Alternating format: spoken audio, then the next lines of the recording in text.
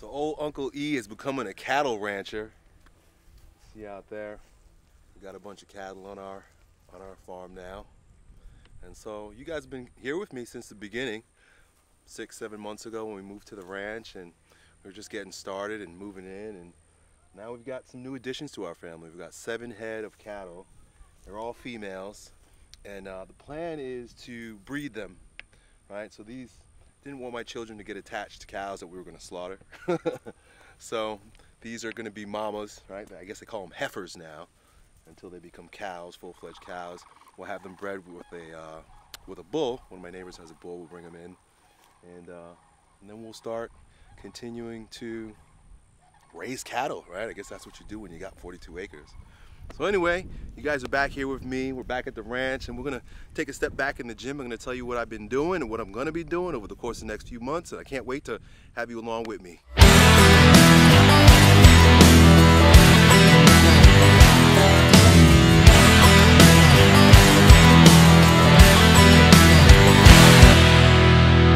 So today we're gonna murder my muscles. That's basically what I've been calling these workouts. One set to failure, blowing out the muscle, doing all I can to destroy it, and then taking a full week off. And it's been pretty good. I've been doing it since you guys watched me be introduced to the one set to failure workout with Jay when he was here a couple months ago. Then I did that workout on the machine that I broke at Anthony's house. But I've been doing it on my own generally. So when I have a partner, it's pretty cool because they can push me, inspire me, we can root each other on and help each other out. The machine, obviously, because there's biofeedback, it's really easy to push yourself because you know you can give a little bit more because you have that number to reach. But doing these workouts on your own require a little bit of extra work. So what I've been doing is hitting these one set to failure exercises, but by doing drop sets and isometrics and just adding a few different extra intensity techniques, as I've learned from studying some of the work of Mike Menser, by the way, and I would suggest you go check him out if you're interested in this kind of work. Also, I've got a couple resources I'll share with you before the end of this video so that you can learn more about the science behind these types of workouts. Look, I'm not an expert, I'm not making any claims, I'm trying something out, and so far, I like the results. So, today, we're gonna hit an upper body workout, starting with pull, then hitting the push, all one set to failure. I think you're gonna enjoy this video. So what I'm doing right now is, I'm basically setting up so that when I do the pull-ups, because that's what I'm starting with, I'm going to start with pull-ups. As I start to fatigue, I drop one of these bands, that's a lighter band, and let me get a few more reps. Then I drop a heavier band, that lets me get a few more reps, and then I'll finish up with some isometrics. I don't normally use straps in my workouts because with strongman, you got to be able to pick up the weight without straps most of the times. But I found, particularly when doing the pulling exercises with these one set to failure, that my arms will give out before my lats and my back. And so I can crush this exercise, but then my forearms and my biceps are all torn up. But then I'm like, wow, my back didn't get what I wanted it to get. So I've been using these straps in order to eliminate the weak link in the chain, essentially, which would be my grip and my biceps. But then I go back afterwards and I do some extra work for the hands and for the biceps. All right, you know what I'm gonna do? Just for you guys, just for the camera, I'm gonna change my pull-up to over here, just so I'm facing you, right? You're not like staring at my back while I'm doing the workout.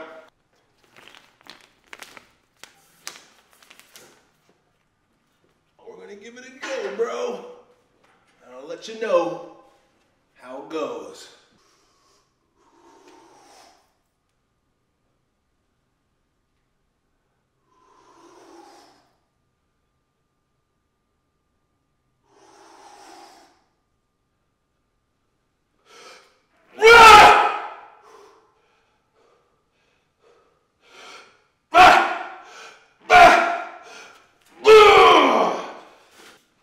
So, continue to go.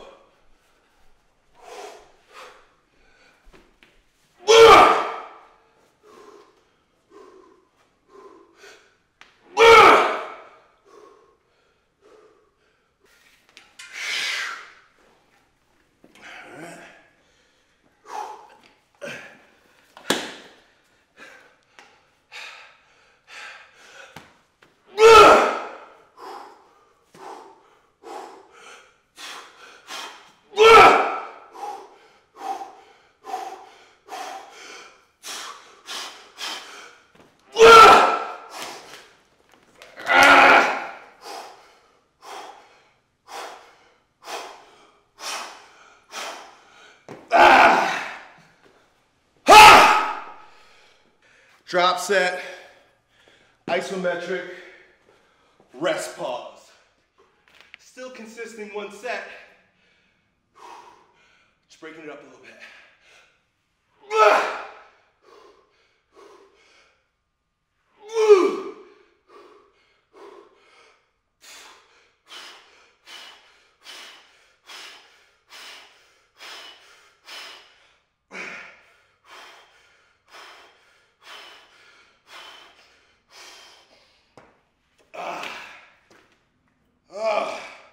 There goes that pump right away.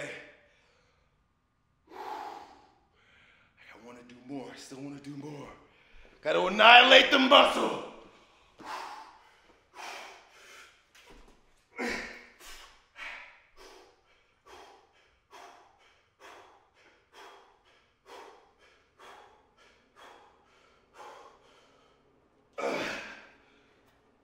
That's it. So it requires quite a bit of extra technique to get this right. But in my mind, all I'm thinking is, how could I annihilate this muscle as quickly as possible?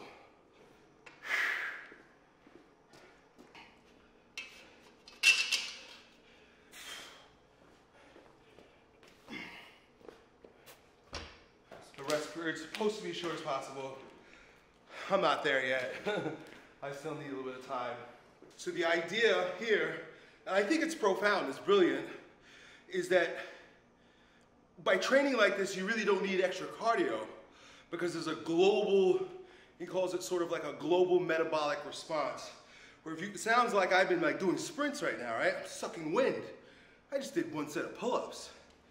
So I kind of like the idea of one set packing in lots of different physiological responses. So we're gonna go dips now. Same thing with the dips. I'm gonna start with body weight, going slow. When I start to fail, I'll throw one band on. When I start to fail with that band, I'll throw the next band on. Then I'll probably do isometric, rest pause, and do a little bit more. And that's it. So is it legitimately one set? Yes, but it requires that I use these different techniques. Hey there. Just waiting for you. Yeah, before I do my next set. You know, I'll get distracted with you walking by. See you in a little bit. Go time.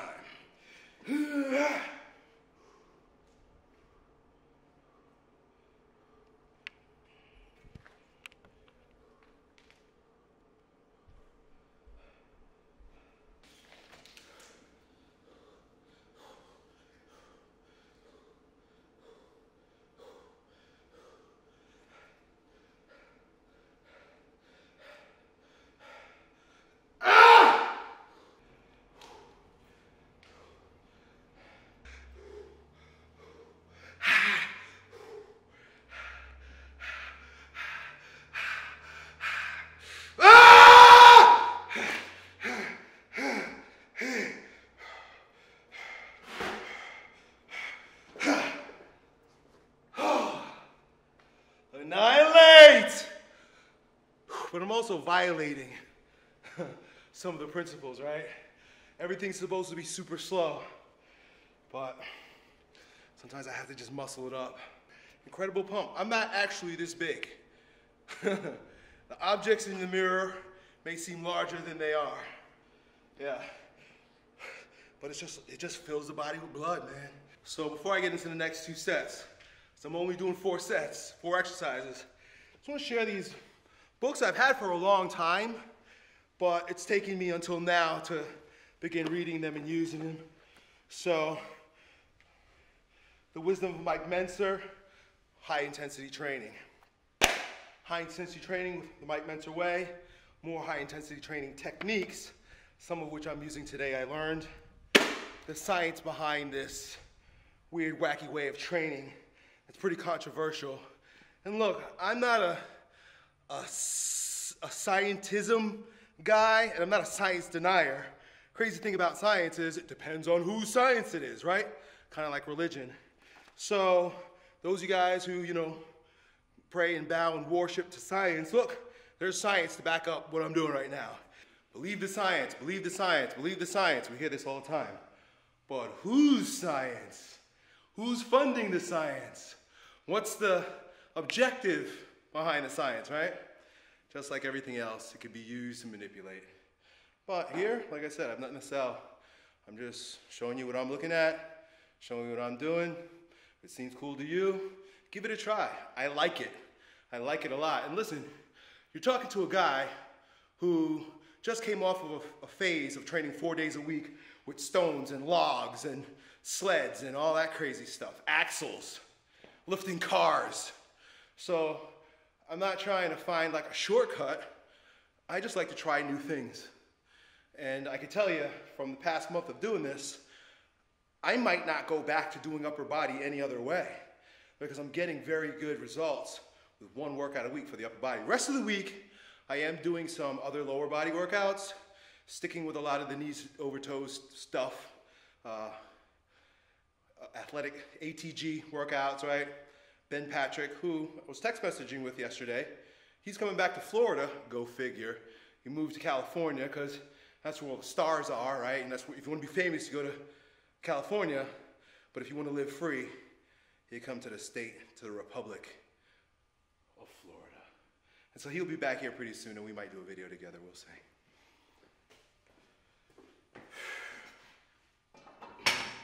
I could see the appeal of bodybuilding, all right? Because it's kind of nice to flex when you got a pump. Oh, I guess that's what I'm doing, right? Bodybuilding.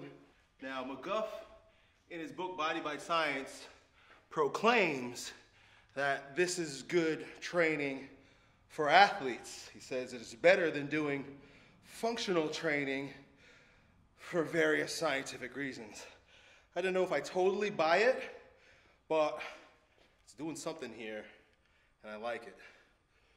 Ooh, let me see if I can pick up my water bottle.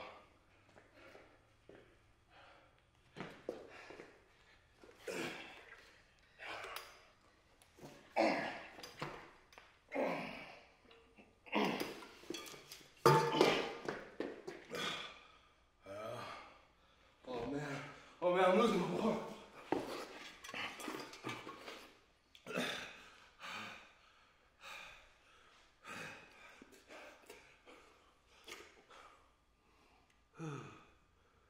Okay, next set.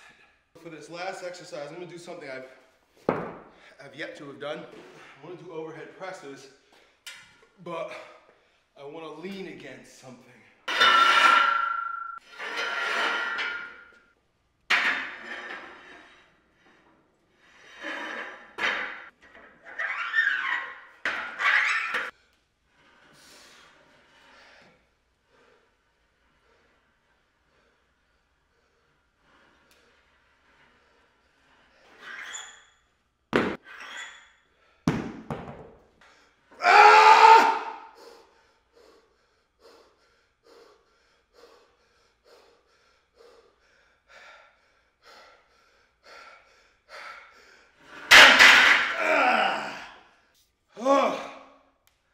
So, high intensity training, not interval training, HIT, I like to just call it one set to failure, done at home alone.